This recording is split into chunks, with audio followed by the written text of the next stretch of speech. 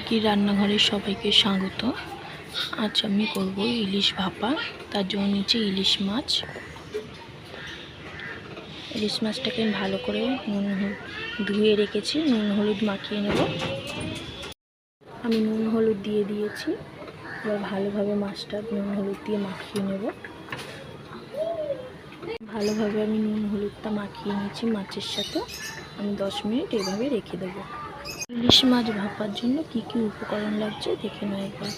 এখানে নিচে আমি নুন, হলুদ, 4-5টা চিরা কাঁচা লঙ্কা, এর মধ্যে আমি বেটে রেখেছি সর্ষে, কালো আর সাদা সর্ষে, কাঁচা লঙ্কা আর 2-3টে আমি কাজু বাদাম দিয়েছি, দিয়ে একটা ভালো পেস্ট করে তৈরি করে নিয়েছি। মশলাটা আমি বেটেছিলাম, ওর মধ্যে আমি নুন, হলুদ আর সামান্য একটু তেল দিয়ে ভালোভাবে এটা মিশিয়ে নেব। আমি এটা টিফিন কাপে নিয়ে নিয়েছি। আমাদের মিক্সচারটা দিয়ে দেবো। হাতটা দিয়ে আমি ভালোভাবে টিফিন বাটিটাকে কাভার করে নেব, দিয়ে আমি মাছগুলোকে দেবো।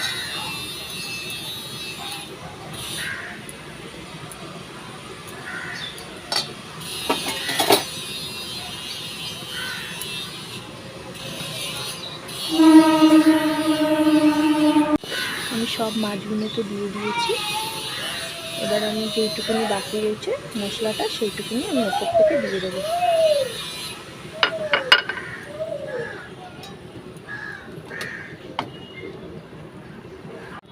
এবার আমি যে চিড়ে কাঁচা লঙ্কা রেখেছিলাম সেগুলো আমি ওপর থেকে দিয়ে দেবো।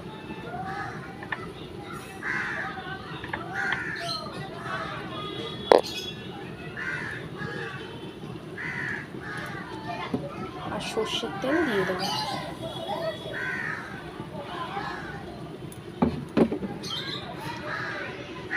আমি সর্ষের তেল দিয়ে দিয়েছি। এবার আমি ঢাকাটা লাগিয়ে দেবো। আমি এটা ভাপাতে দিয়েছি। কড়াইয়ের মধ্যে একটা স্ট্যান্ড দিয়ে জল দিয়ে টিফিন কাঠিটা বসিয়ে দিয়েছি। এবার আমি ঢাকা দিয়ে দেবো। 15 থেকে 20 মিনিট পর্যন্ত আমি এটা ভাপাতে দেবো। তারপরে আমি খুলে দেখাবো। আসছি।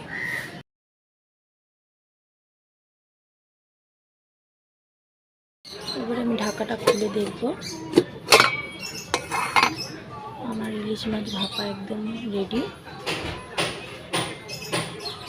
আমি এবার সার্ভ করে দেখাচ্ছি। আমার ইলিশ ভাপা একদম রেডি।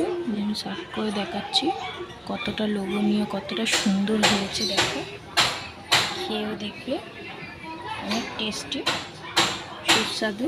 এরকমভাবে বানিয়ে দেখবেন রেসিপিটাকে, ভীষণ দারুণ হবে খেতে। ভিডিওটা ভালো লাগলে লাইক, কমেন্ট, শেয়ার করতে ভুলবেন না। চ্যানেলটাকে অবশ্যই সাবস্ক্রাইব করে দেবেন। আজকের মতন এইটুকুনি, আবার আসবো নেক্সট ভিডিও।